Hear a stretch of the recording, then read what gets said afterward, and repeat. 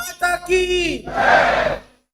आज का बहुत सुंदर परिवेश, वातावरण, ये सुंदर सभा मंच की ओर निहारते हैं तो एक एक नाम, ये व्यक्ति नहीं है, सभी संस्थाएं हैं। यहाँ पर व्यापार है, उद्योग है, तप है, संत हैं, कवि हैं। ऐसा कोई समाज का ऐसा अंग नहीं है जो समाज सृजन के लिए जरूरी हो और यहाँ ना हो, और उसमें भी अग्रणी भूमिका में।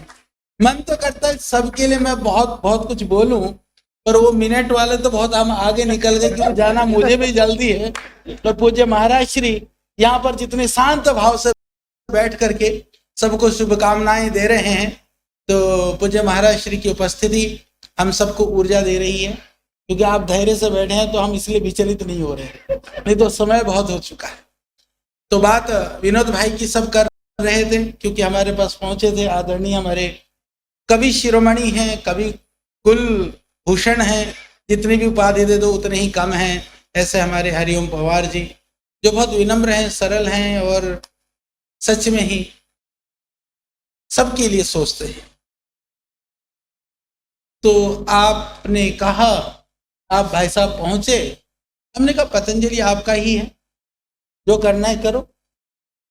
तो आपने जो सृजन किया, सच में यह अद्भुत कार्य है। हमने बहुत कुछ सुना, आज हमने भी बहुत कुछ सीखा यहाँ पर, क्योंकि जो हमने सुना है, जो हमने सीखा है, बात तो यह है कि जा करके हम उसको हृदयंगम करते हुए उसको व्यवहार में उतारें।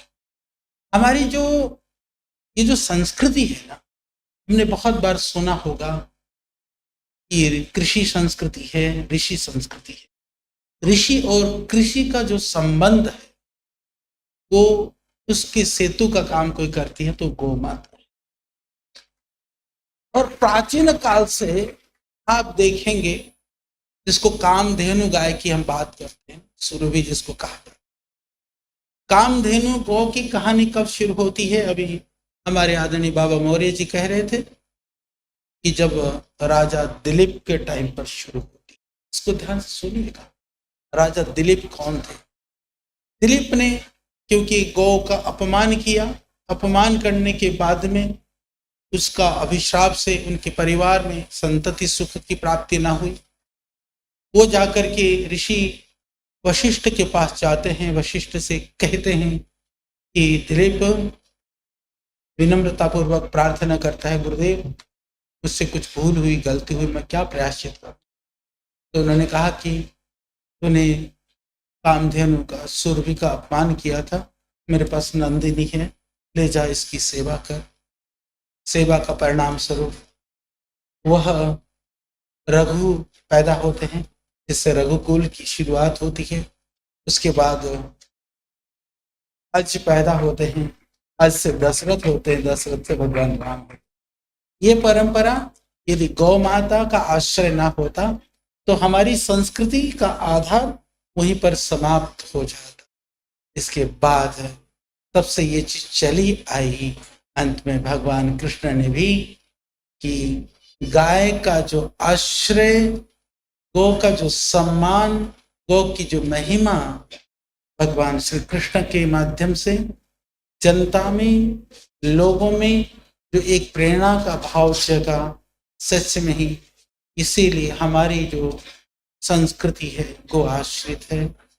यहाँ बात हुई, कईयों के घर में गाय हैं, कईयों के पास नहीं है, किसी के पास साधन है, किसी के पास साधन अल्प है, पर हम अपने मन से, सच्चे मन से, जैसे हमारे यहाँ पहले गांव में, घरों में एक परंपरा थी, गोग्रास, प्रथम हम गोग्रास अर्पित करते थे। तो अपने पास जितना भी साधन है, आप बहुत सारा गायों के लिए प्रतिदिन कुछ राशि या कुछ भी अन्न आदि इकट्ठा करके नजदीक के गौशाला में पहुंचाने का संकल्प तो हम सभी ले सकते हैं। और एक आज नई बात मैं आपको बताना चाहता हूँ। बात हो रही थी, वो बहन कह रही थी कि अभी गई कि मलाई मोटी, दूध मोटा, उससे बुद्धि भी मोटी होती है। भैंस के दूध से तो सब कुछ मोटा। आदरणीय शर्मा जी कह रहे थे पाडा जो है यूं ही रहता लटका, गाय का बछड़ा होगा थोड़ी देर ना देखो तो पता नहीं कहीं पहुंचा पाएगा। ये प्रत्यक्ष उदाहरण है। पर दुर्भाग्य इस देश का ये था कि इस देश के अंदर लोगों में गाय का घी खाने की परंपरा खत्म हो गई थी। ये मैं आपको बहुत बड़ी बात बताना चाह रहा हूँ। सारी जितनी डेयरियां थी, यदि गाय का दूध भी आता था तो भैंस के दूध में मिला करके उसको सफेद करके भैंस के घी की तरह से बेचा जाता था। जब पतंजलि के प्रयास से हमने गाय का दूध का कलेक्शन की जो अलग व्यवस्था है, आज लगभग हर स्टेट में भैंस का दूध का कलेक्शन अलग होता है, गाय का दूध का कलेक्शन अलग होता है। इस व्यवस्था को अग्रणी भूमिका पैदा कराने वाली संस्था का नाम पतंजलि है। कई लोग कहते हैं कि गाय का घी आता कहां से, उन सबको मैं कहना चाहता हूं कि सभी डेयरियों में अभी दूध कलेक्शन की अलग अलग परंपरा हो गई। और तब तो गाय के दूध को भैंस में मिलाया जाता था, अब भैंस के घी में भी हल्दी मिला के गाय का घी बना के बेच रहे हैं लोग। ये है गाय की शक्ति।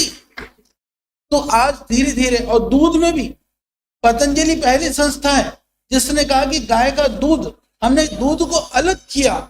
उसके बाद में आज बहुत सारी संस्थाएं गाय के दूध को अलग से बेच रही हैं। होते हैं, अंश होते हैं, वो साइंटिफिकली हमने प्रूव किया सबसे पहले। ऐसे ही गौ की महिमा नहीं है, ऐसे ही हमारे पूर्वजों ने, हमारे ऋषियों ने उसकी महत्ता का गुणगान नहीं किया। हमारे पूज्य गुरुदेव जिनसे हमने व्याकरण पढ़ा, गुरुकुल कालवा में आचार्य बलदेव जी, परम गौ भक्त थे। वो एक ही लाइन कहते थे कि बोले गौ सेवा से क्या मिलेगा, गौ सेवा करो तो तुमको पता चलेगा। दिलीप मूर्ख नहीं था कि गाय के पीछे पीछे घूमता था।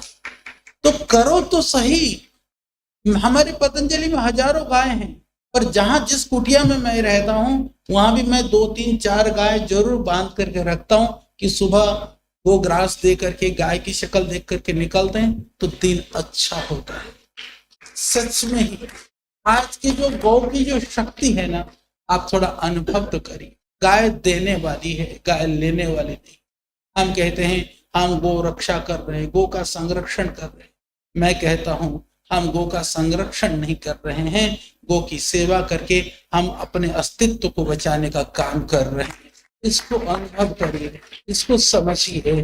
गोदान के माध्यम से उसी अनुभव को जन जन तक पहुंचाने का एक सुंदर प्रयास है। सभी हमारे महापुरुषों ने उसके लिए कितना सुंदर आपको बताया। आप यहाँ से उसको अपने हृदय में धारण करके जाना। अब मैं अगली एक लाइन और बताना चाहता हूँ। हमने सिर्फ दूध से नहीं, घी से नहीं, जो आपके घरों में केमिकल का पोछा लगता था ना, गोनाइल के रूप में, विदाउट किसी तरह का कोई केमिकल के बिना, उसके अंदर पाइन ऑयल वगैरह, चीड़ का तेल, लेमन ग्रास का ऑयल तेल, वो डाल करके गोमूत्र का अर्क निकाल करके हमने गोनाइल बनाया। और गोनाइल बनाने के बाद में आज हमने कम से कम सैकड़ों गौशालाओं को उसका फार्मूला दिया है। आपको भी चाहिए तो फार्मूला हम आपको दे देंगे। तो वो आज सैकड़ों गौशालाओं का आय का साधन दुग्ध से कम सिर्फ गोमूत्र से ज्यादा है। और कम से कम आप इतना तो कर सकते हैं कि अपने घर की शुद्धि के लिए, हमारे यहाँ तो गोमूत्र से, गोबर के छिड़काव से शुद्धि मानी जाती थी, अब आपको गोमूत्र मिले हुए फ्लोर क्लींजर मिल जाए, इससे बढ़िया कुछ नहीं हो सकता।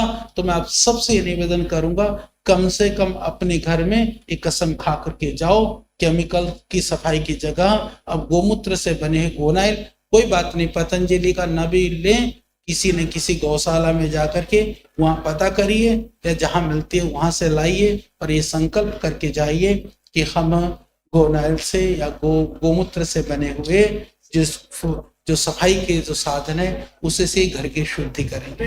ये छोटे छोटे उपाय के द्वारा हम बड़े बड़े काम कर सकते हैं, बड़े बड़े अभियान को हम सिरे चढ़ा सकते हैं। तो यहाँ से यही आप सबसे प्रार्थना है। और फिल्म तो देखनी ही है, दिखाना ही है, उसमें तो कोई बात ही नहीं है। और हमारे भाई, हमारे प्रिय अशोक चौहान के जी कह गए मैं इतने विज्ञापन चला दूंगा, तो विज्ञापन तो हम भी चला देंगे। अपने पास में 10-12 चैनल हैं, और इतना ही नहीं, जब इस सारी दुनिया में आप सिनेमा हॉल वगैरह में दिखा दो, उसके बाद फिर कई चैनलों में हमें पूरे का पूरा जो है हम कर देंगे। तो बात नहीं है। और जो भी होगा गाय के लिए, क्योंकि सच मानिए गाय माँ, गाय को माँ ऐसे कहा नहीं गया। आप थोड़ा महसूस करो, अनुभव करो, थोड़ी सेवा करो, उस दिव्यता और भव्यता को आप स्वयं अनुभव कर सकेंगे। तो बहुत बहुत ही हम कृतज्ञ हैं। और हमारे संचालक भाई, हमारे शर्मा का भी बहुत ही ऊर्जावान है। गाय पालते दिखे तो दूध पीता है, कुछ तो करता है, उसके कुछ असर है भाई में। तो सभी लोग, सभी दिव्य मूर्तियों को मैं नमन करता हूँ, पूज्य महाराज श्री को बहुत प्रणाम करते हुए। और आप सब जितने बैठे हैं, सामने भी बहुत सारी विभूतियां हैं, सभी आप लोगों को मैं नमन वंदन करते हुए अपने शब्दों को विराम देता हूँ। भारत माता की